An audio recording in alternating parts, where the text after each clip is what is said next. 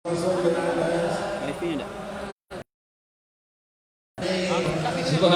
wa bihamdihi, subhanallah.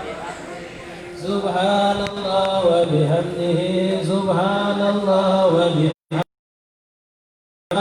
Subhanallah wa bihamdihi, subhanallah wa bihamdihi, subhanallah wa bihamdihi, subhanallah wa bihamdihi, subhanallah wa bihamdihi, subhanallah wa bihamdihi, subhanallah wa bihamdihi, subhanallah wa bihamdihi, subhanallah wa bihamdihi, subhanallah wa bihamdihi, subhanallah wa bihamdihi, subhanallah wa bihamdihi, subhanallah wa bihamdihi, subhanallah wa bihamdihi, subhanallah wa bihamdihi, subhanallah wa bihamdihi, subhanallah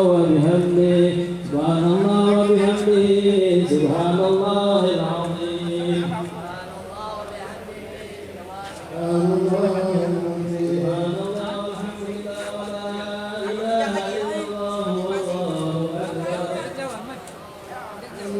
Lagi.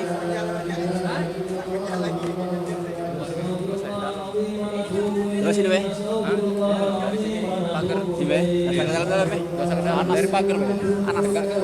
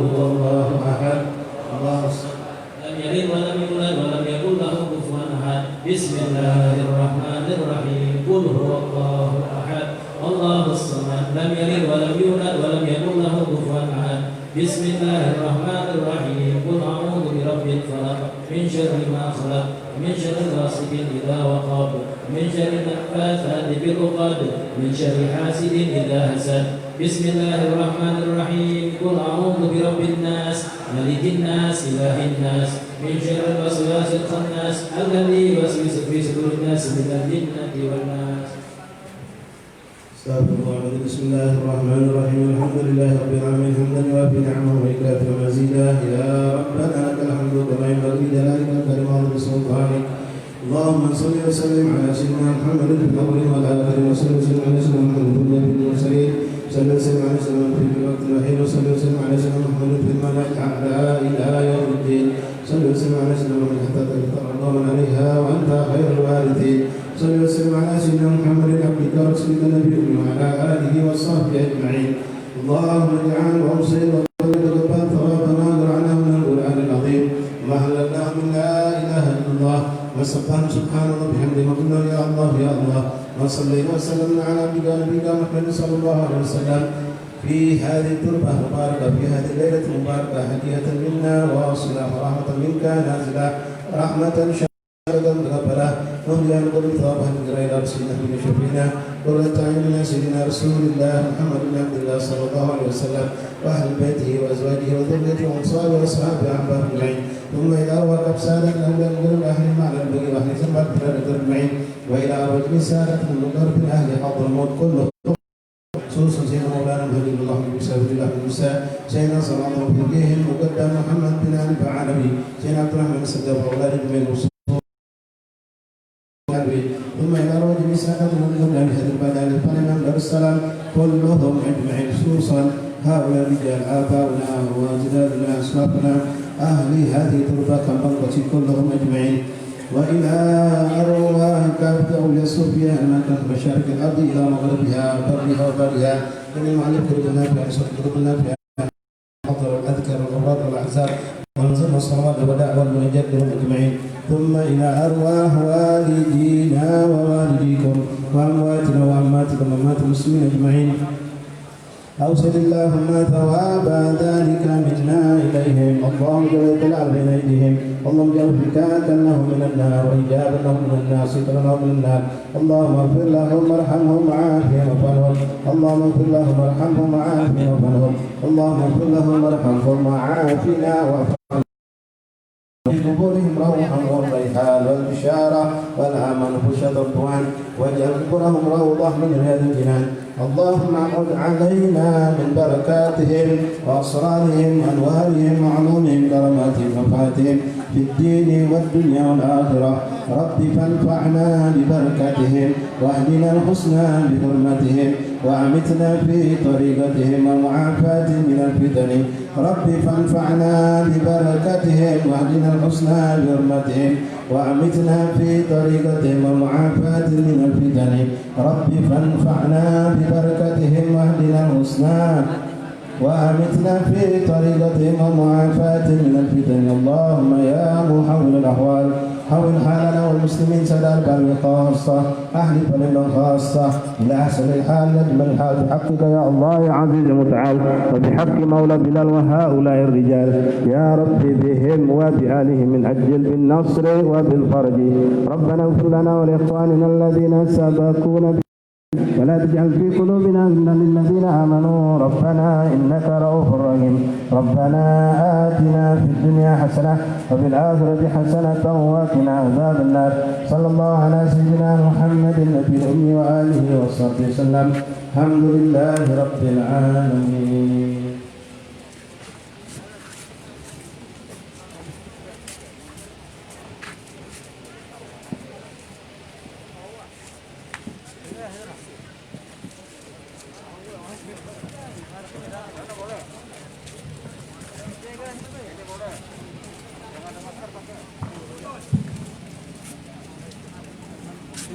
فقد عيناي شوقا والطيبة غرفت عشقا، فأتيت إلى حبيبي مهما يقلب عنكم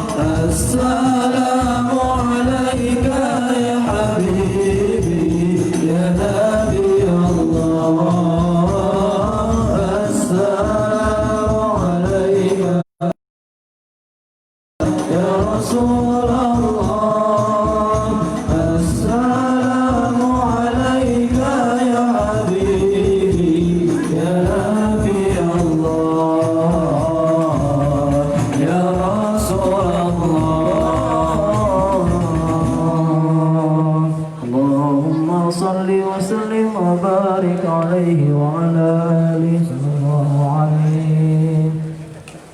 الفاتحة لقراءة مولد ست الدرار للإمام علي بن محمد بن حسين الحبشي. نوينا ديوانا مع الصائب الماضي ديوانا وأعضاء المشايخ أساتذتنا كلهم أجمعين إلى قراءة مولد الحبيب صلى الله عليه وسلم. إن الله يقول لنا في معاملة بأمانة وأخلاق في أخلاق وأداب الله. وسلام علينا وعلى العباد الصالحين جابر النبي صلى الله عليه وسلم.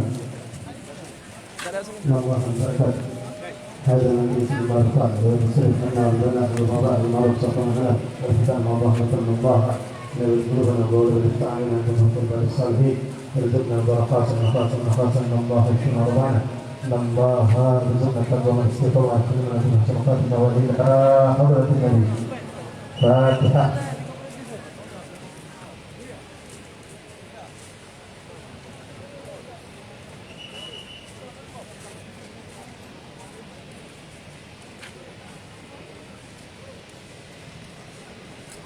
يا ربي صل على محمد يا ربي صل عليه وسلم. يا ربي صل على محمد يا ربي صل عليه وسلم. يا ربي صل على محمد ما لاح في الأفق نور كوكب.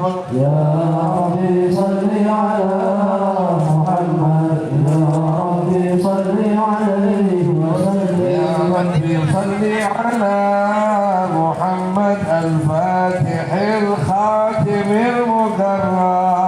يا ربي صل على محمد يا ربي صل عليه وسلم. يا ربي صل على محمد المصطفى المجتبى المحبب. يا ربي صل على محمد يا ربي صل عليه وسلم. يا ربي صل على محمد ما لاح بدر وغاب غياب. يا ربي صل على محمد يا ربي صل عليه وسلم. يا ربي صل على محمد ما ريح نصر من نصر جناب. يا ربي صل على صل عليه وسلم. يا ربي صل على محمد ما سرت العيش مفرس حساب. يا ربي صل على محمد يا ربي صل عليه وسلم. يا ربي صل على محمد وكل من للحبيب ينسب. يا ربي صل على محمد يا ربي صل عليه وسلم. يا ربي صل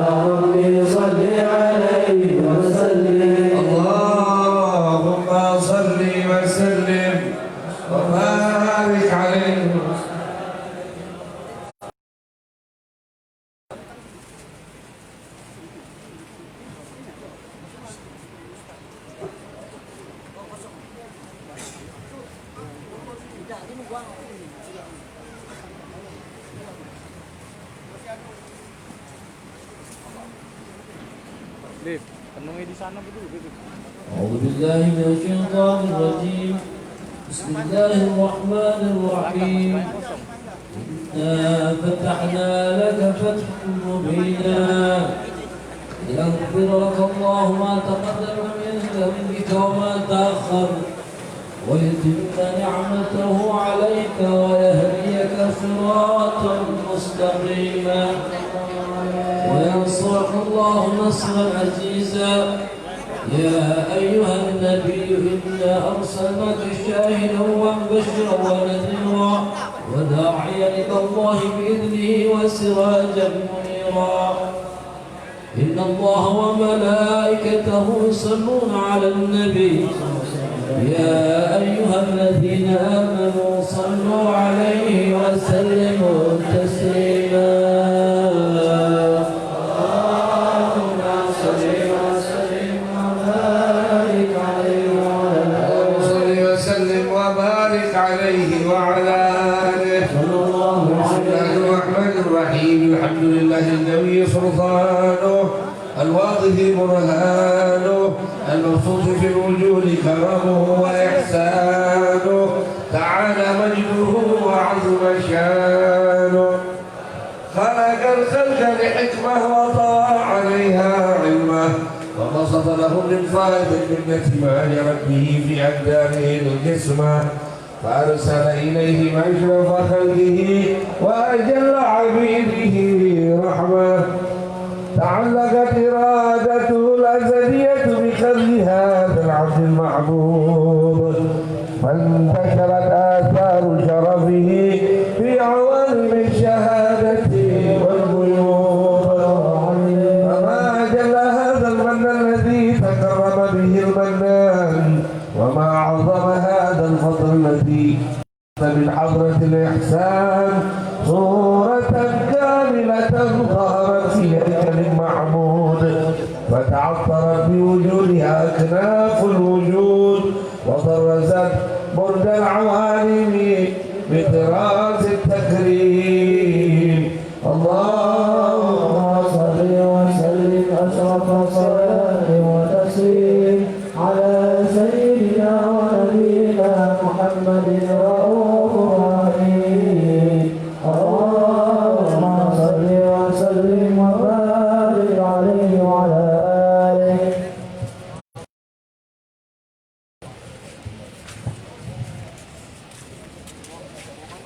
اللهم صل وسلم وبارك عليه وعلى آله صلى الله عليه. تجلى الحق في علم كرسي الواسع تجليا قضى بانتشار فضله في القريب والشاسع صلى الله عليه. وله الحمد الذي لا تنحصر أفراده بتعداد ولا يمل تكراره بكثرة ترداد حيث أبرز من عالم الإمكان صورة هذا الإنسان صلى الله عليه ليتشرف بوجوده الثقلان وتنتشر أسراره في الأكوان.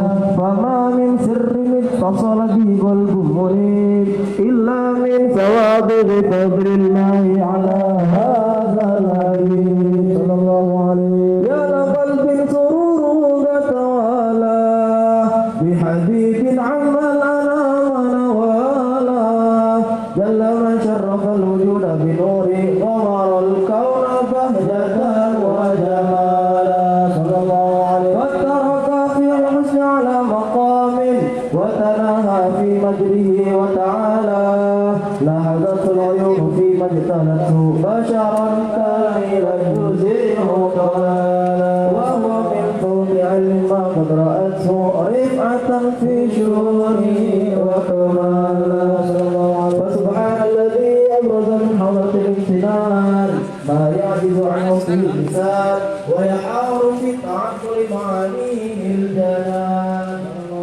لتشرف في عالم الظهور والظهور ما ملأ الوجود الخلق ينور. فتبارك الله من إله كريم بشرت آياته في الذكر الحكيم بالبشارة لقد جاءكم رسول من أنفسكم عزيز عليه ما عنتم حريص عليكم بالمؤمنين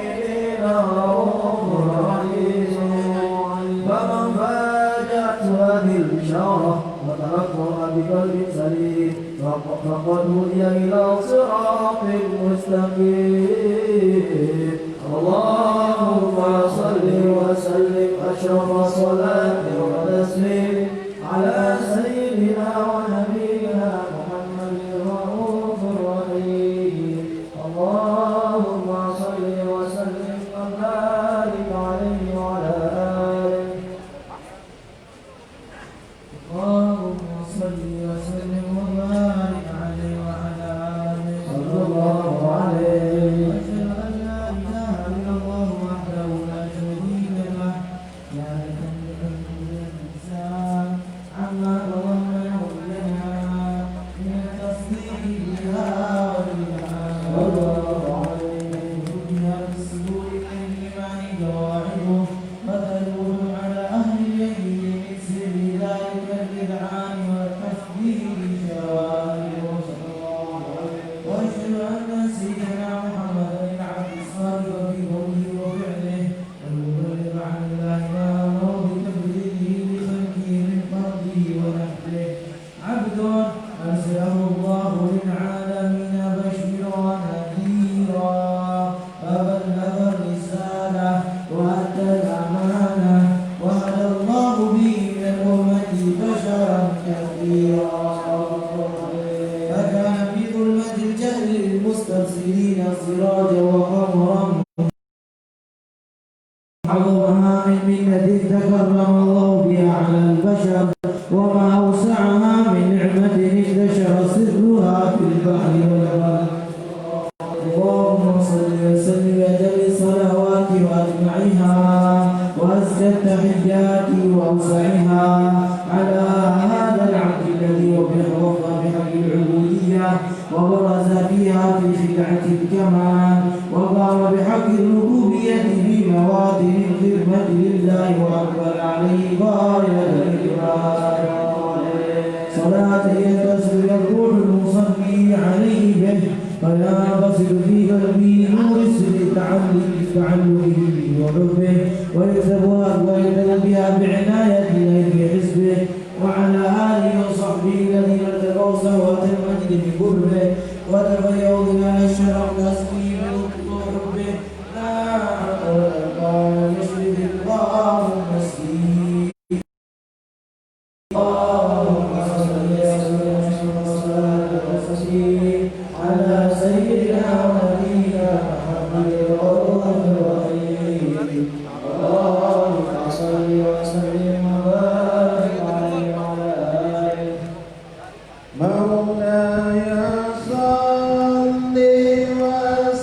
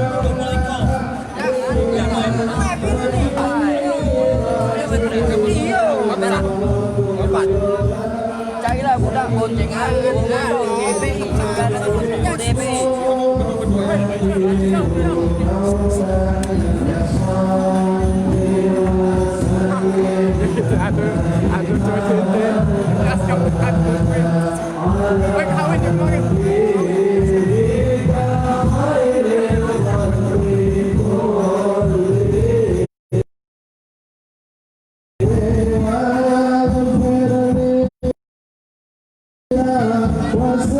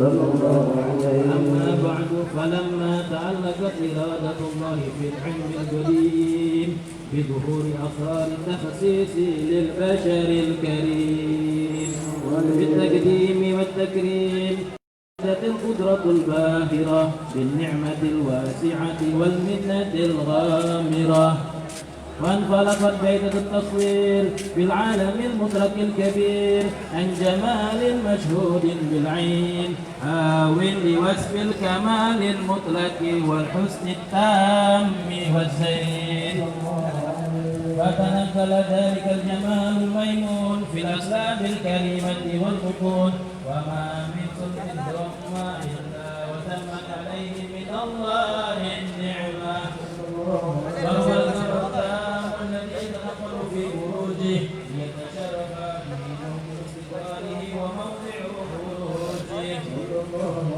وكذبت الأقدار الأزلية بما قدر وأظهرت بسر هذا النور ما أظهرت وخصص به من خصص صلى الله عليه وكان مستقره في الأسرار الفاخرة والأمحام الشريفة الطاهرة حتى برز في عالم الشهادة بشرا هذا البشر ونورا حيا الأفكار ظهوره وبهر فتعلقت همة الراكب من هذه الحروب بأن يكون في هذا القطاس ما هو لديه من عجائب ذلك النور المعلوم وإن كانت الأمثلة لا تفي بعشر إنشاء أوصاف ذلك الموضوع تشبيها للسامعين من خواص المؤمنين وترويحا للمتعلقين بهذا النور المبين وإلا فأنا أقول الألام أشكو من غير العنام ولكن حسني ولكن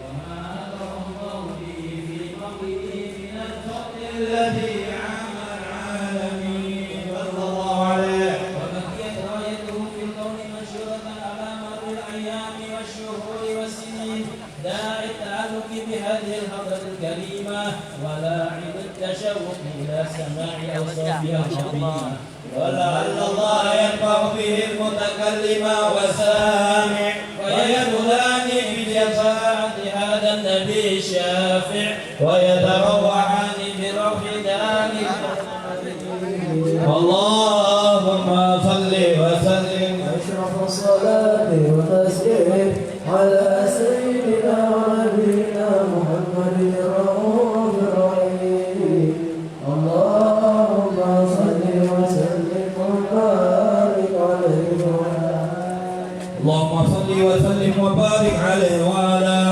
آله صلى الله وقد آن للقلم أن يخط ما حرقته فيه العنامل مما استفاده الفهم من صفات هذا العبد المحبوب الكامل وجماعه التي أحسن الشمائل وهنا أسمع مثل ما بلغ إلينا في شأن هذا الحبيب من عبار وعاثر ليتشرف في كتابته القرآن والقطاس وتتنزه في هدائه الأسماء والأبصار وقد بلغنا في الأحاديث المشهورة أن أول شيء خلق الله والنور المودع في هذه السورة ونور هذا الحبيب هو المخلوق برز في العالم ومنه تفرع الوجود خلقا بعد خلق فيما حدث وما تقدم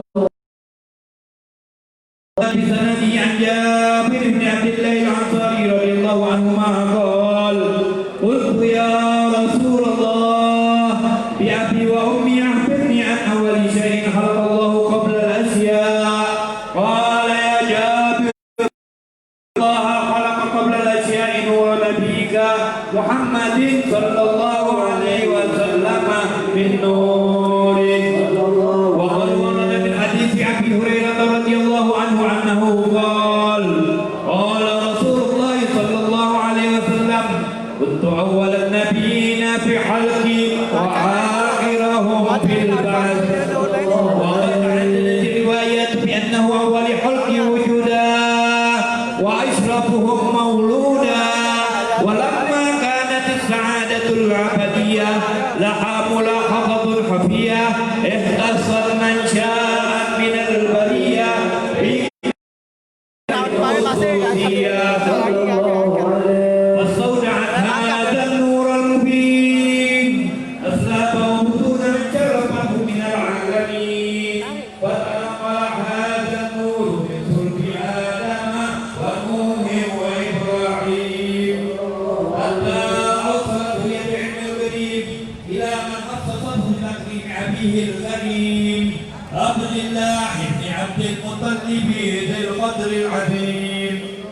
وأمه التي هي في المحاوف آمنة السيدة الكريمة آمنة فتلقاه صلب عبد الله فألقاه إلى بطنها وضمنه عشاؤها بمعونة الله محافظة على حفظ هذه الدرة وصونها فحملته رعاية الله كما ورد عنها حملا خفيفا لا تجد له ثقلا ولا تشك منه عالما ولا عللا حتى مر الشهر بعد الشهر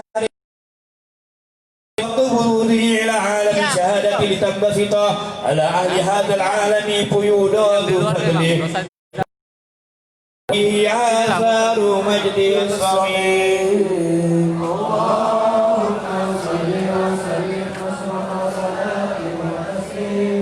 على سيدنا ونبينا محمد الرؤوف الرحيم اللهم صل وسلم وبارك عليه وعلى آله اللهم صل وسلم وبارك عليه وعلى آله وصحبه ومنذ علقت به هذه الدرة المكنونة والجوهرة المصونة والكون كله يصبح ويمسي في سرور وابتهاج صلى الله عليه بقرب ظهور إشراق هذا الصراط والعيون متشوفة إلى بروزه متشوقة إلى اتقاط زواهر كنوزه وكل دابة لقريش نطقت فصحا عبارة معلنة بكمال البشارة وما من حامل حملت في ذلك العام إلا أتت في حملها بغلام من بركات وسعادة هذا الإمام ولبست الأرض والسماوات متضمخة بأمطر فرحي بملاقات أشرف البريات وبروزه من عالم الخفاء إلى عالم الظهور في البطون والظهور وأظهره الله في الوجود بهجة التكريم وبسط في العالم الكبير مائدة التشريف والتعظيم ببروز هذا البشر الكريم اللهم صل وسلم واشرف الصلاة والتسليم على سيدنا ونبينا محمد الرؤوف الرحيم اللهم صل وسلم وبارك عليه وعلى آله وصحبه صلى الله عليه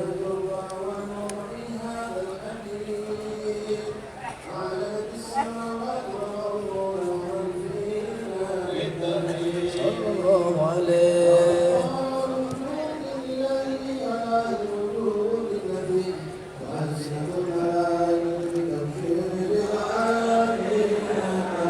سبحان الله الحمد لله ولا إله إلا الله والله أكبر سبحان الله الحمد لله ولا إله إلا الله والله أكبر سبحان الله الحمد لله ولا إله إلا الله والله أكبر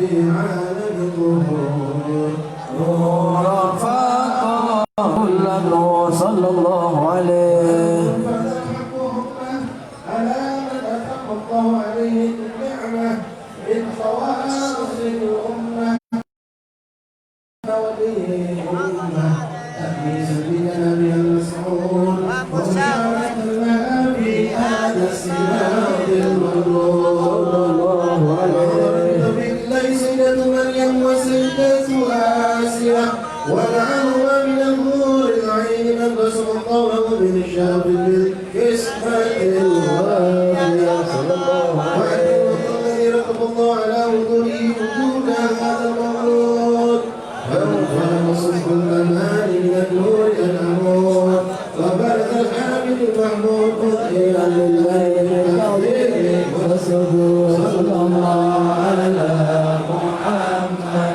صلى الله عليه وسلم صلى الله على محمد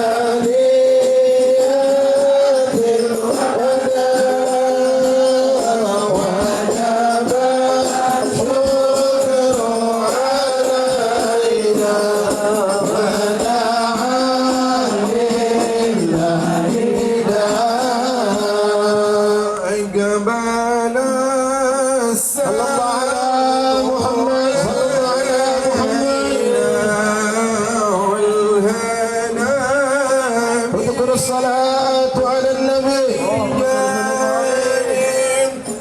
فلنا البشرى بسعد جانا من خير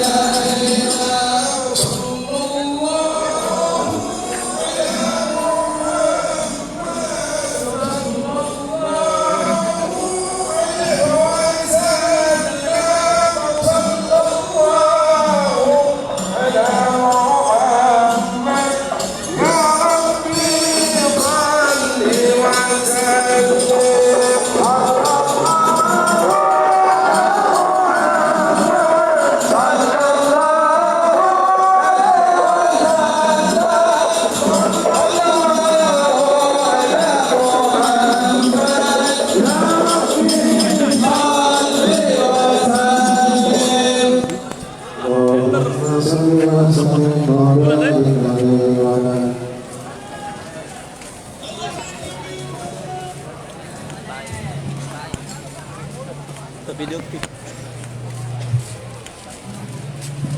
يا رسول الله جئنا زيارة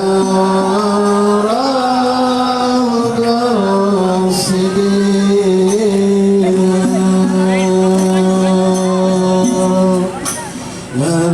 نرتجي منك شفاعة عند رب العالمين يا رسول الله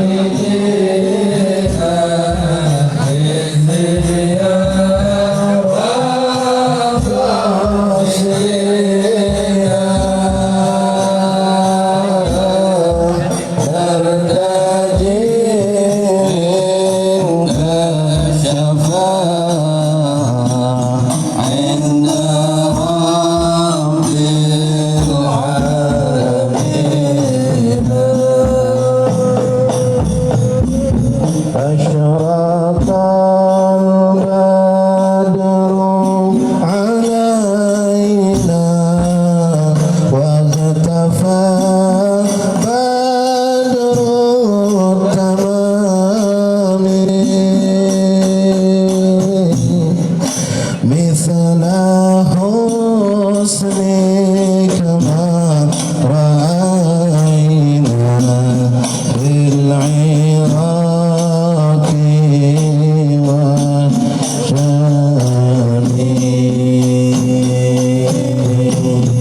يا رسول الله جئنا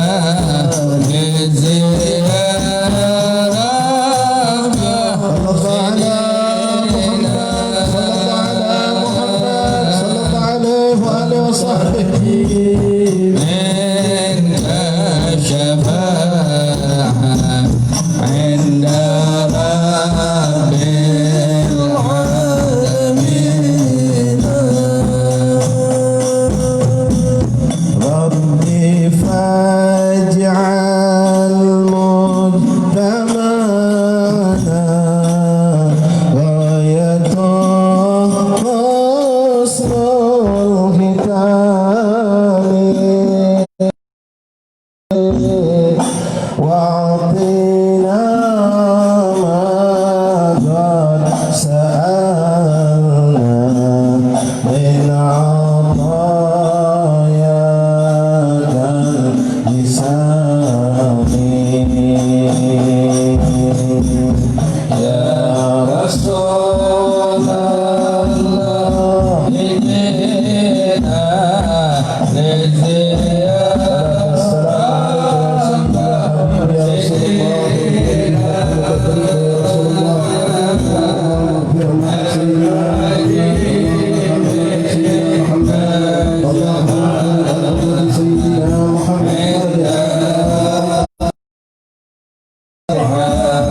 جئنا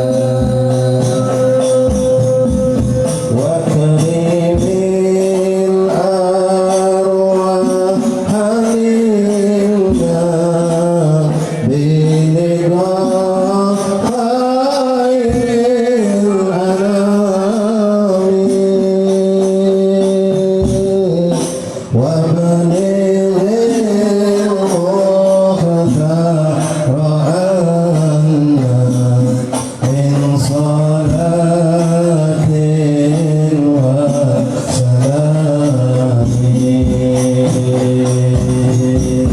يا رسول الله جئنا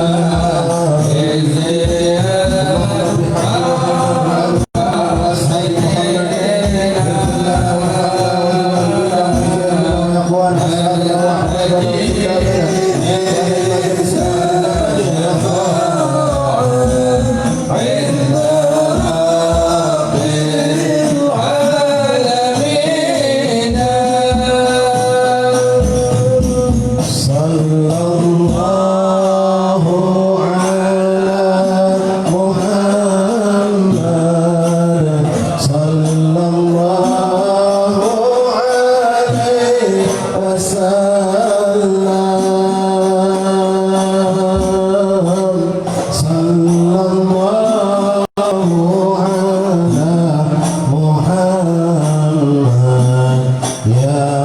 ربي صل وسلم صلى الله على محمد صلى الله عليه وسلم صلى الله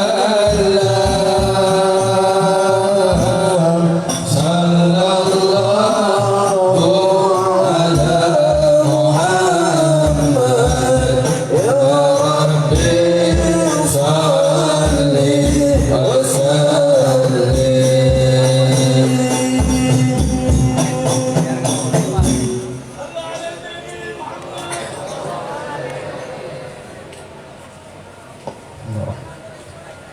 Bismillahirrahmanirrahim. Assalamualaikum warahmatullahi wabarakatuh. Alhamdulillahi rabbil alamin. Allahumma salli wa sallim ala sayyidina Muhammadin miftah babi rahmatillah adada ma fi ilmillah salatan wa salaman daimain bidawami mulkillah wa ala alihi wa sahbihi wa man wala wa la hawla wa la quwwata illa billahil aliyyil azim. Rabbi shrah li sadri wa yassir li amri واحلل عقدة من لساني يفقهوا قولي واهدي قلبي وسدد لساني بحقي وبجاه سيدنا محمد صلى الله عليه وآله وصحبه وسلم. أما بعد، معاشر الحبائب والآباء والأساتذة والحاضرون rahimakumullah.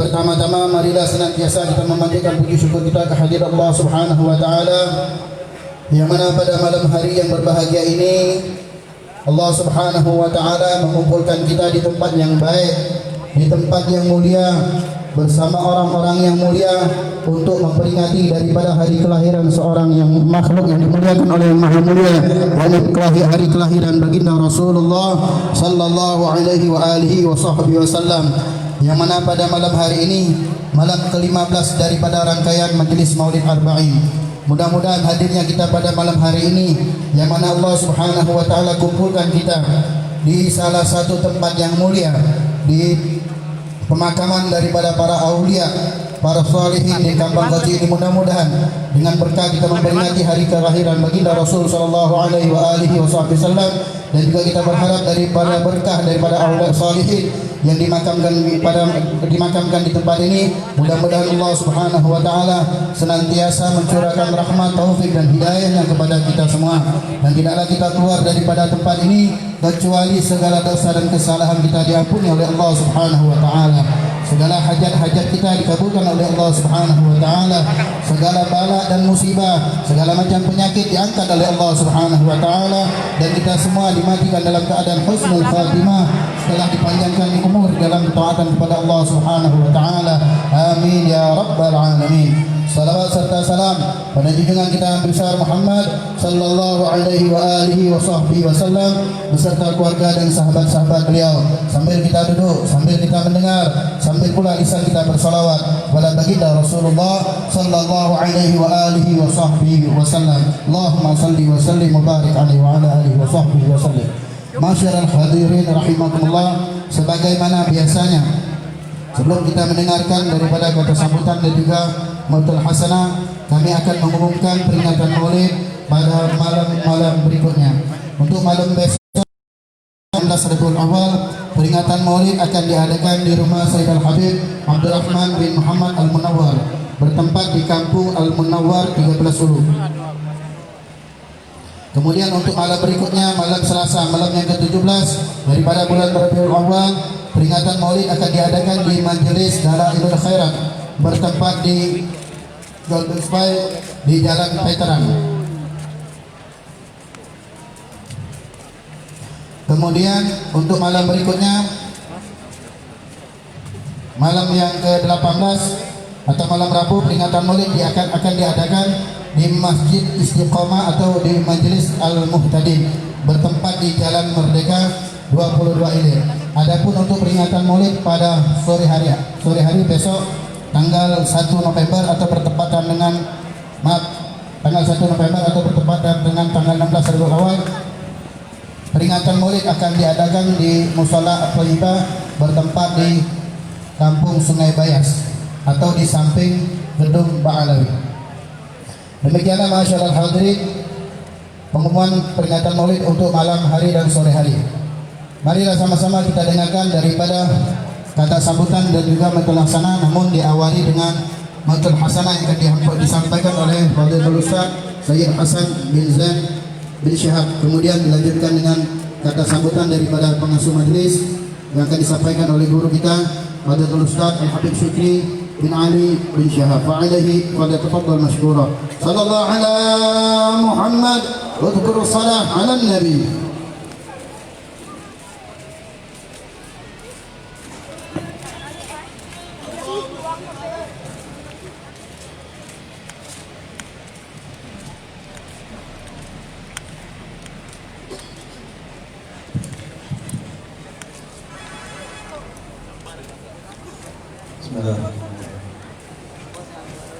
Assalamualaikum warahmatullahi wabarakatuh.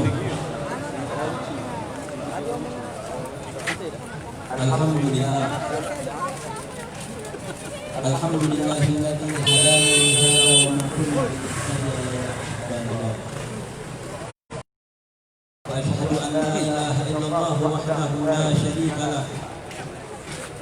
وأشهد أن سيدنا ومولانا محمدا عبده ورسوله وحبيبه وصفيه وخليله اللهم صل وسلم وبارك وكرم وعظم على سيدنا محمد نور كساني ومدد كرامي واجمعني في الأطوار وعلى آله وصحبه نور. Amma ba'd. Rabbi shrah li sadri wa yassir li amri wahlul 'uqdatam min lisani yafqahu qawli. Hadratul habaib asyrafa wal asatidatil fudala wal hadirun al a'izzah yang sama-sama kita cintai, yang sama-sama kita hormati, para habaib, para sesepuh, para ustadz yang tidak Al-Fakir sebutkan namanya satu persatu, sahibul majlis, da'i ilallah Habib Syukri bin Syahabuddin, mudah-mudahan sallallahu alaihi wa ala alihi wa sahbihi wasallam. Dan tak lupa juga salam hormat saya kepada para cucu Rasulullah SAW dan juga para pecinta Nabi besar Nabi Muhammad Sallallahu Alaihi Wasallam. Alhamdulillah, kita bersyukur kepada Allah Subhanahu Wa Taala yang banyak sekali keutamaan Allah Subhanahu kepada beliau. Nabi Muhammad sallallahu alaihi wa ala alihi wasallam yang dilahirkan